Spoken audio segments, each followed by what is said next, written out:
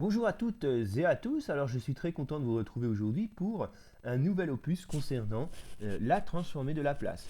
Alors aujourd'hui on va aborder les propriétés des fonctions de Laplace. On peut les dénombrer au nombre de 11 et généralement c'est des propriétés qu'on va utiliser par la suite pour faire du calcul d'équations différentielles, donc dans le domaine de Laplace, hein, et puis notamment la modélisation de systèmes. Alors elles sont au nombre de 11 dans ce qu'on va voir ici. Et puis, généralement, on les met à la fin dans un tableau pour toutes les récapituler et puis les utiliser. Alors ici, on va passer, dans cette première vidéo, on va passer à travers les trois premières, linéarité, dérivation et intégration.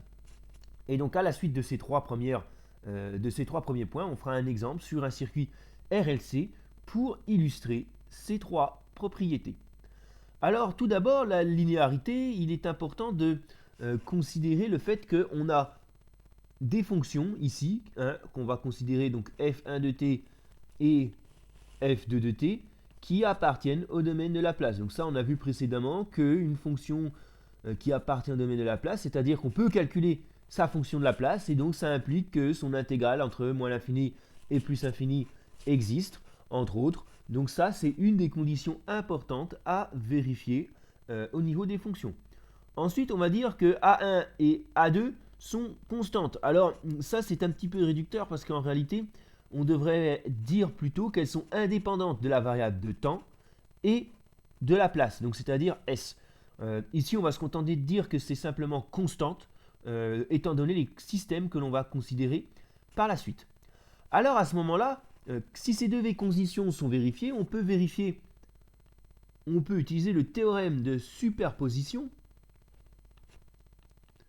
voilà, qui nous dit que tout d'abord la place donc de A1 F1 de t plus A2 F2 de t est égale ni plus ni moins qu'à A1 la place de F1 de t plus A2 la place de F2 de t. Ok, et donc finalement, hein, ceci, on peut le ramener à A1 F1 de S plus A2 F2 de S. Donc autrement dit, hein, le théorème de superposition que l'on a utilisé ici nous a dit donc que la somme de A1 F1 plus A2 F2 de T, c'est égal à A1 F1 de S plus A2 F2 de S. Donc ça, c'est un premier point que l'on peut encadrer. Donc l'encadrement, c'est ici. Donc on va le retrouver dans notre tableau par la suite. Et puis, on a un deuxième aspect aussi qui apparaît à travers ceci, hein, c'est que la place de A f de t, donc si A et f de t remplissent les conditions qu'on a évoquées ci-dessus, est égal à A f de S. Donc ça, c'est une deuxième partie qui est donc importante à encadrer et qu'on réutilisera par la suite. Donc effectivement, je vais quand même rajouter ici que c'est pour tout A constante et donc f de t appartenant au domaine de Laplace. Donc ça, c'est pour le théorème de superposition, le théorème donc de la linéarité. Et ensuite, là, on va passer à la dérivée dans le temps. Alors la dérivée dans le temps, tout comme précédemment, on va devoir vérifier que f de t appartient au domaine de Laplace. Donc ici, bon, dans ce cas-là, on va utiliser seulement une fonction f de t et que la dérivée de f de t, puisqu'on parle de dérivée dans le temps par rapport à dt, existe. Hein. Donc ça, c'est des propriétés mathématiques. Il faut donc que la dérivée soit existante. Alors à ce moment-là, si on prend l'exemple d'une seule dérivée, c'est-à-dire la place de d f de t dt, cela va être égal à on va mettre, oui, on peut le mettre effectivement sous cette forme-là, ici, hein, avec juste un point pour dire que c'est dérivé par rapport au temps. On gagne un petit peu de place en termes d'écriture. Mais cela, tout simplement, est égal à S grand F de S moins F de 0 plus. Alors F de 0 plus, ça finalement, c'est ce qu'on appelle généralement une condition initiale. Et ça veut dire que F de 0 plus correspond à la valeur que prend f de t à t est égal à 0. Voilà. Alors, désormais, hein, si on poursuit, mais avec la seconde dérivée, donc là j'ai marqué directement f point point de t, ça va être égal à s carré f de t moins s f de 0 plus moins f point de 0 plus. Alors ici, les deux fonctions ici et là, ça va correspondre aux conditions initiales. Et si on prend l'exemple du déplacement, enfin d'un véhicule qui se déplace donc dans un système en 3 dimensions, ça va correspondre, la première, donc f de 0 plus va correspondre à la condition initiale en termes de position et la deuxième en termes de vitesse. Donc on voit directement l'application physique que l'on peut en faire derrière. Alors, désormais, en fait, si on continue par récurrence, qu'on fait une belle démonstration que je ne ferai pas ici, si vous avez besoin de démonstrations, laissez-moi savoir, je verrai ce que je peux faire, mais ici je veux vraiment aller direct à l'essentiel et puis nous imprégner des fonctions qui vont nous être utiles par la suite. Eh bien, on trouvera de manière généralisée finalement que la place de f puissance m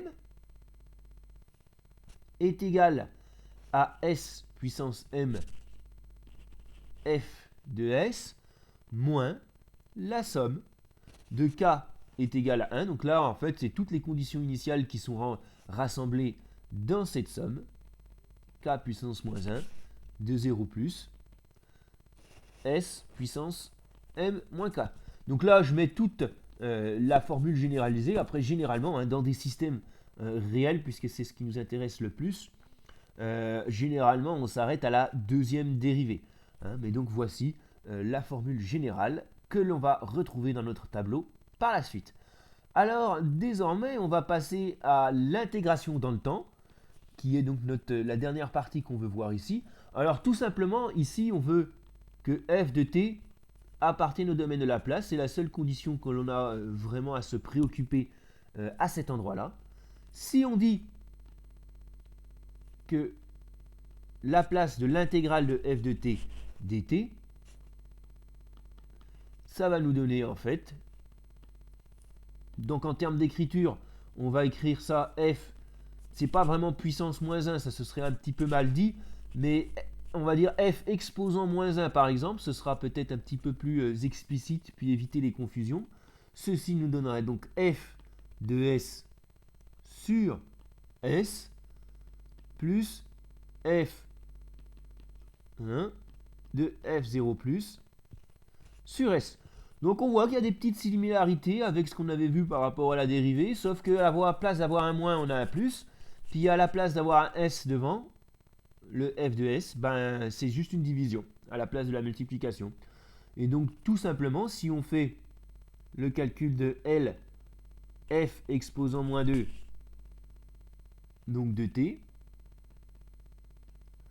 cela va nous donner f de s sur s au carré cette fois-ci, plus f moins 1 de 0 plus sur s au carré plus f exposant moins 2 de 0 plus sur s. Donc ça c'est pour la deuxième dérivée, mais ce qui va nous intéresser, là également on aurait une belle démonstration qu'on pourrait faire, notamment par récurrence, mais là ce qui va vraiment nous intéresser c'est la formule générale, quoique déjà l'intégrale simple et double c'est quand même pas mal utilisé aussi. Dans le cas des systèmes réels, à ce moment-là, exposant moins m de t est égal à f de s sur s plus la somme de k égale 1 à m de f puissance moins k,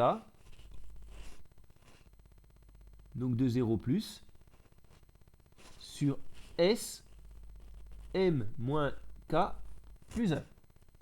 Et là également, celui-ci, on va l'encadrer car on va l'avoir dans notre tableau.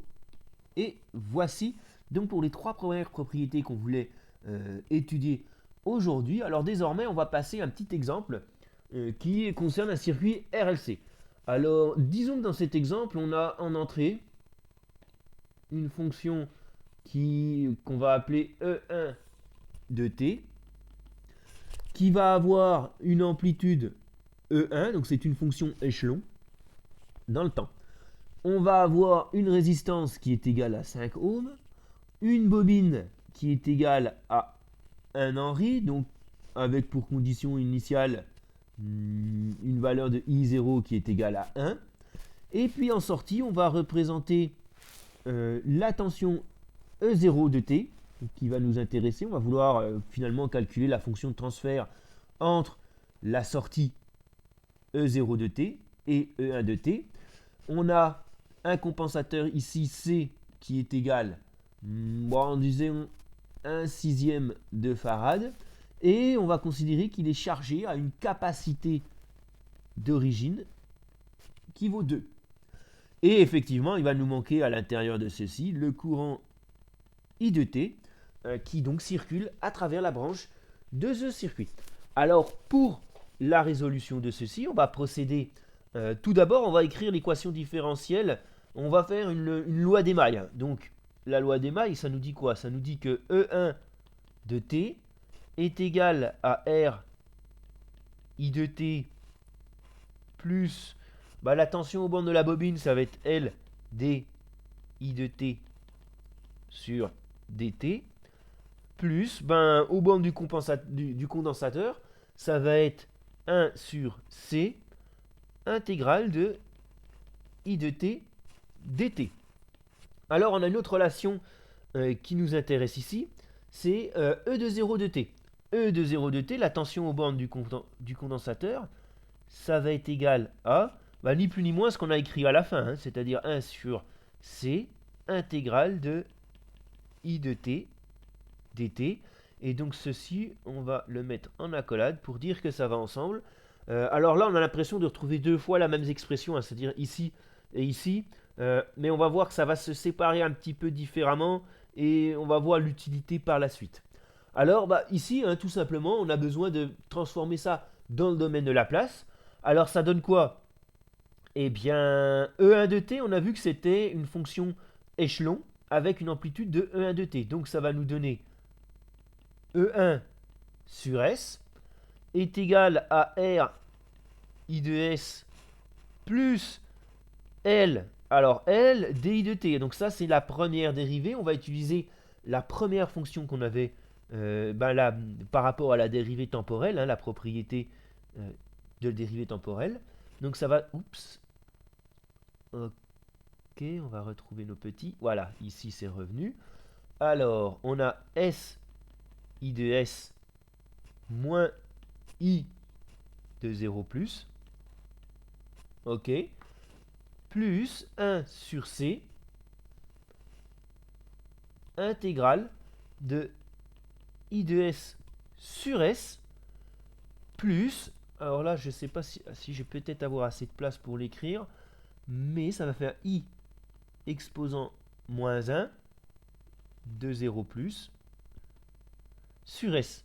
Alors ouais, on va voir ça. Est-ce qu'on va voir ça? Oui, on va le voir par la suite, le I exposant moins 1, comment on le traite celui-ci. D'ailleurs, alors ici, on va retrouver que E0 de S est égal à 1 sur C de I de S sur S plus I exposant moins 1 de 0 plus sur S. Alors voilà, on va expliquer ici, ça on va le mettre déjà ensemble, et on se rappelle qu'en fait on avait une formule qui nous dit que I de t c'est égal à dq de t sur dt. Hein. Donc le courant est égal au débit de la capacité Q. Alors, à ce moment-là, on peut trouver que Q de t est égal à l'intégrale de I de t dt. Donc, autrement dit, que c'est égal à I de moins 1 de t. Ok. Donc, dans notre cas ici, finalement, ça veut dire que cette expression, ces termes-là, est égal à notre Q0, qui est égal à 2. Ok, c'est bien, donc là on avance. Alors, on va désormais remplacer par les valeurs numériques pour pouvoir poursuivre le calcul. Donc poursuivons ici. Alors, on a E1 sur S qui est égal donc à 5i de S plus L de S I de S. Donc ici on a dit que ça va être le I de 0 plus, ça c'est par rapport à la bobine. Donc la bobine, on avait plutôt quelque chose qui valait 1 à ce niveau-là. Et d'ailleurs, même si on se souvient, la valeur de la bobine, la valeur... Oui, on avait 1 Henri et 1. Donc les deux valeurs, celle-ci, c'est-à-dire que celle-ci, là, ça valait 1. Et celle-ci, ça valait 1. Donc ici, en fait, on va pouvoir... Hop, je vais attraper la petite gomme. On va effacer ce terme ici, puisqu'on ne va pas en avoir besoin. Et puis, on va pouvoir directement passer à l'expression au niveau du compensateur. D'ailleurs, lui, il faut que je lui remette un crochet. Donc ça va être égal à plus le compensateur 1 sur C. C, c'est 1 sixième. Donc, d'où le 6 qu'on a devant. Fois donc I de S sur S plus 2 sur S. Ok. De même, donc le E0 de S, lui, va être égal à 6 I de S sur S plus 2 sur S. Ok, donc là, ça va nous faire une accolade. Alors lui, il va falloir l'aider un petit peu, voilà. Et puis là, au stade où on en est, en fait, on va s'occuper essentiellement de la première partie de l'équation, c'est-à-dire de E1. Et ce qu'on va faire ici, on va rassembler les I de S d'un côté et puis les autres termes constants d'un autre côté. Donc là, on va pouvoir écrire que E1 sur S est égal à 5 plus S plus 6 sur S fois I de S plus 12 sur S moins 1. Très bien. On remplace on va tout mettre, donc ces deux termes-là, 12 sur S et 1 moins 1 sur S, on va les mettre du même côté. Ça va nous donner que E1 moins 12 sur S. Alors le moins 1 passe de l'autre côté, ça fait plus 1, on va dire. Donc ça va faire S sur S est égal à ni plus ni moins que donc 5S plus S au carré plus 6 sur S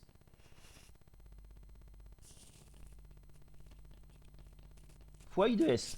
Alors là, ce qui nous intéresse, c'est d'avoir d'un côté l'expression de I de S est égale à quelque chose. Alors ça, c'est un S, pardon. Donc on voit déjà que les S ici vont se simplifier. Et donc, on va avoir I de S qui est égal à E1 moins 12 plus S divisé par S carré plus 5S plus 6. Voilà. Et donc désormais, là, ce qui va nous intéresser, on a l'expression de I de S, ok, et en fait, cette expression de I de S, elle apparaît à cet endroit-là. On va la remplacer dedans pour trouver l'expression de E0 fonction de E1, puisque on le voit apparaître à cet endroit-là. Et donc ceci va nous donner que E de 0 de S est égal à 6 facteurs de 1 sur S fois, donc on a S plus E1 moins 12 divisé par S carré plus 5S plus 6, ok, plus 2 sur S. Alors ici, c'est vraiment juste du calcul, hein, pour remettre ça dans une forme un petit peu plus adéquate. Et je vous laisse faire ce calcul en guise d'exercice. Là, je vais vous marquer directement le résultat.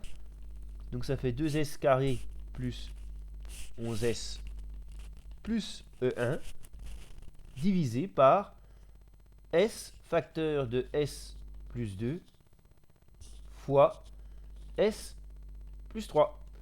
Et donc voici, on arrive au terme de cette première vidéo sur les propriétés des transformés de Laplace.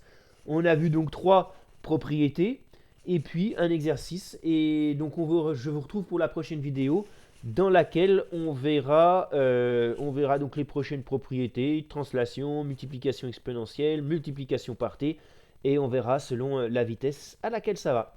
Donc je vous remercie, n'hésitez pas à commenter la vidéo. Si vous avez des questions, n'hésitez pas non plus. Merci bien, à la prochaine.